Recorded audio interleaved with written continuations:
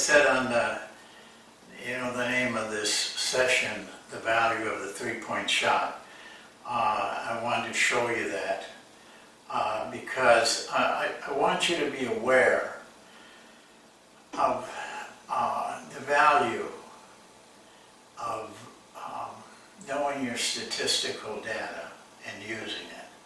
Yes, it's work. What I'm going to show you today wasn't much work, but when you get really down into the nitty-gritty, yes, it's work.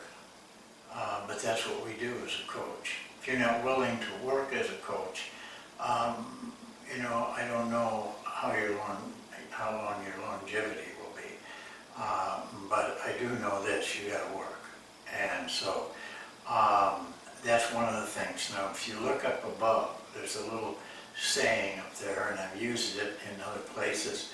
Perception is a mirror, meaning it's what you want to see. It's just reflecting your thoughts, your values, your idiosyncrasies, and the last part, but it's not a fact. These are not facts. Perceptions are not facts. But you can get facts, and you can make good decisions from facts, and that's what I want to get across to you. I'm going to show you something today that if you listen to the media, you read, you listen to the fans and everything, you're going to see one picture or hear one picture. But what I'm going to show you is objective. There is no way it can be wrong. It's taken right from the NBA box scores. So I want you to really look at this and think these things out. I'm trying to help you. I've been doing this for 35, 40 years, doing this kind of work. I don't need to do it anymore, but I want to help coaches be intelligent in their approach to the game, and be willing, be ready to do the work that it takes, regardless of where you're at, high school, college, international, the NBA. You've got to be willing to do that. So let's watch and see the chart that I put together for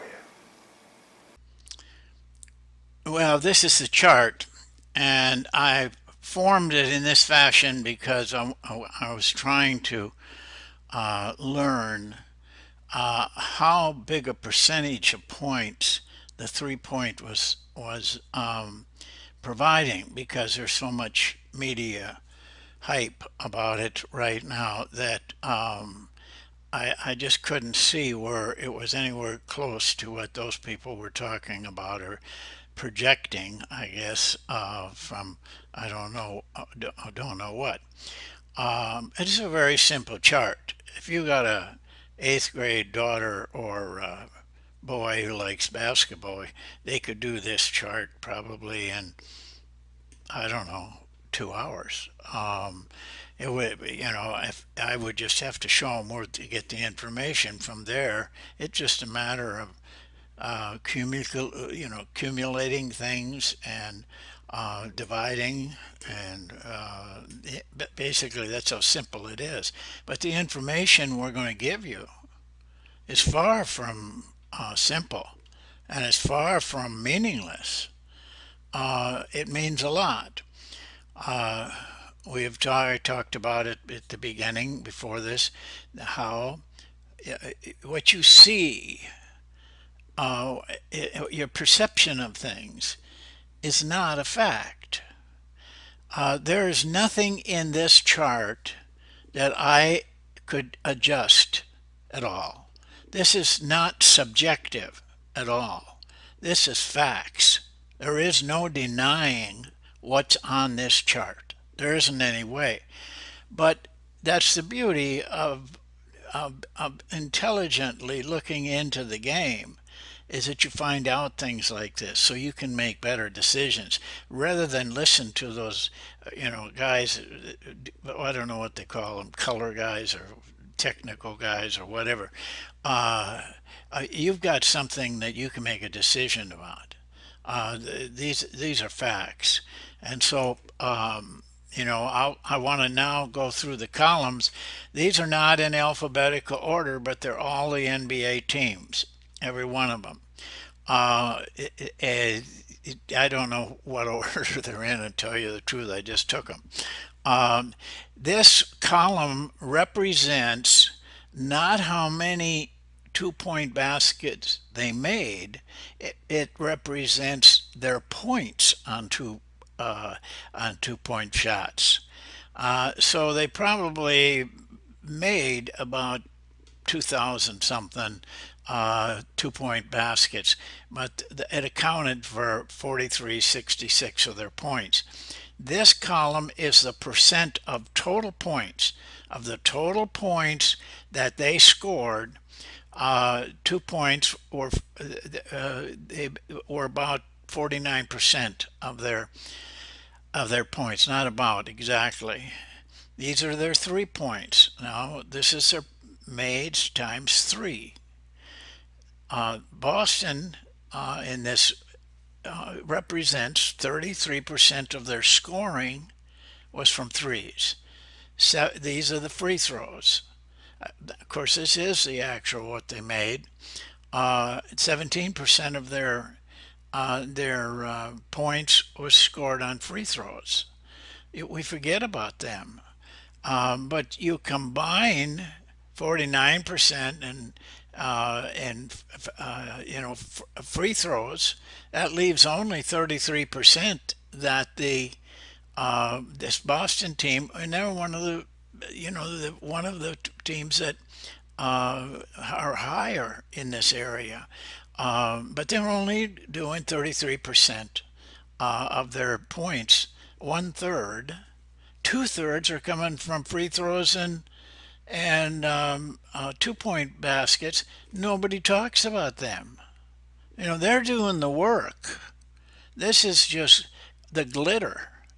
This is what's exciting media and fans. But it's like dunks. If LeBron has 3 dunks in a game, probably doesn't get many more than that.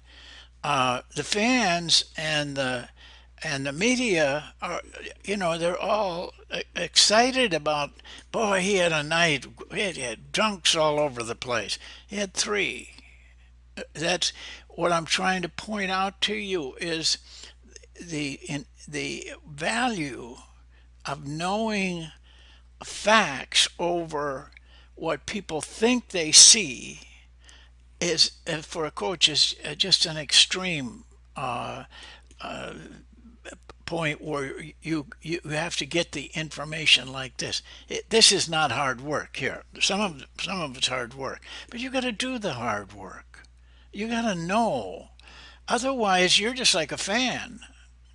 And I know coaches all the time that are doing this to me. They're telling me well, I know that this guy had at least 12 rebounds. Yeah, well, he had 8.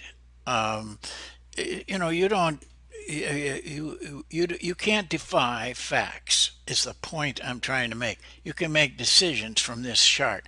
Now let's take a look at some of these guys. I wanted to show you something interesting. Dallas and Gold State are right next to each other. Dallas is probably one of the 3 bottom teams. Golden State is the best team in the NBA. Dallas, their 2-point baskets represented 52% of their scoring. Golden State was at 54%, only 2% difference. But look at the difference in points between those two as a team.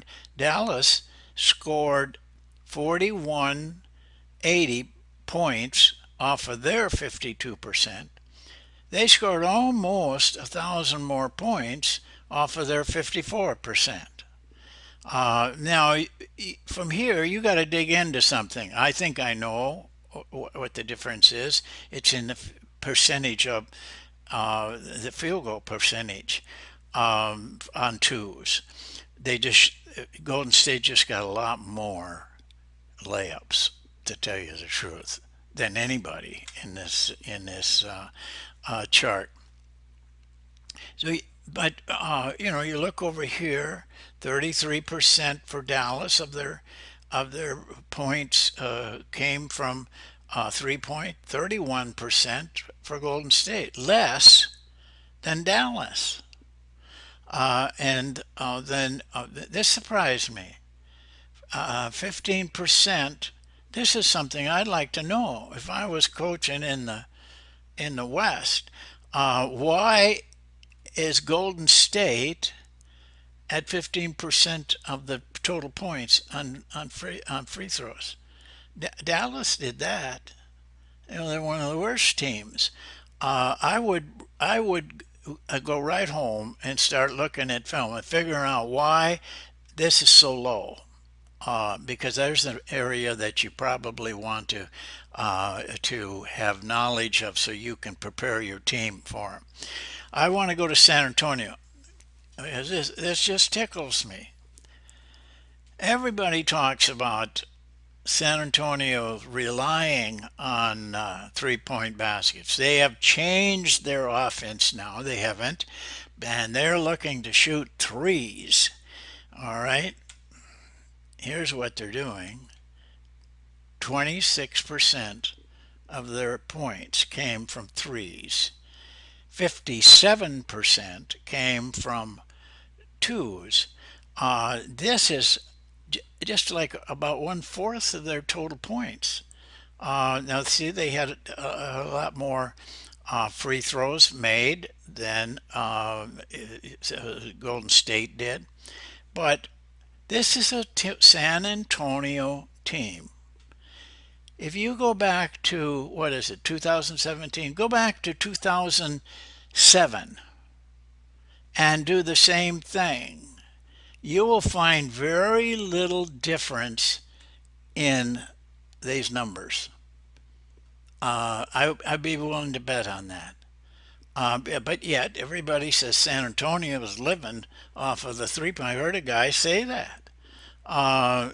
26%, 1/4 of their points are scored on 3 point baskets. By the way, Boston up here. I just happened to scout Boston when I was with Cleveland, but that was my team. I had to scout. We divided teams up, and I'm going to tell you something. That team, when I scouted them about 11 years ago, was getting more work out of the 3 point shot than this team is in this day and age. They had Paul Pierce, they had 2 or 3 other guys, but they had a coach that let them shoot from almost across the timeline. They just put up a lot of threes, but they shot a decent percentage on threes. So there is nothing new about what's happening here. I bet you wouldn't get much difference down here if you went back 10, 15 years. Just 10 at least. So here's what the league did, taking all of them. 56% were scored on twos. 27% on the whole league, taking the whole league. 27% was scored on threes. 17% on free throws. So, this is just barely over 1/4. I want you to understand you forget the media, forget the fans. They don't know what they're doing or talking about. Turn those guys off and just watch the game. Enjoy the game. Don't have to listen to all that, and get your information from the right sources. Well, I hope this helped. What I'm trying to get across to you is what the little sign up there says: perception is a mirror. It's what you want to see. It's not a fact. Live by facts, and you'll be a much more intelligent coach. Thank you, and we'll see you next time.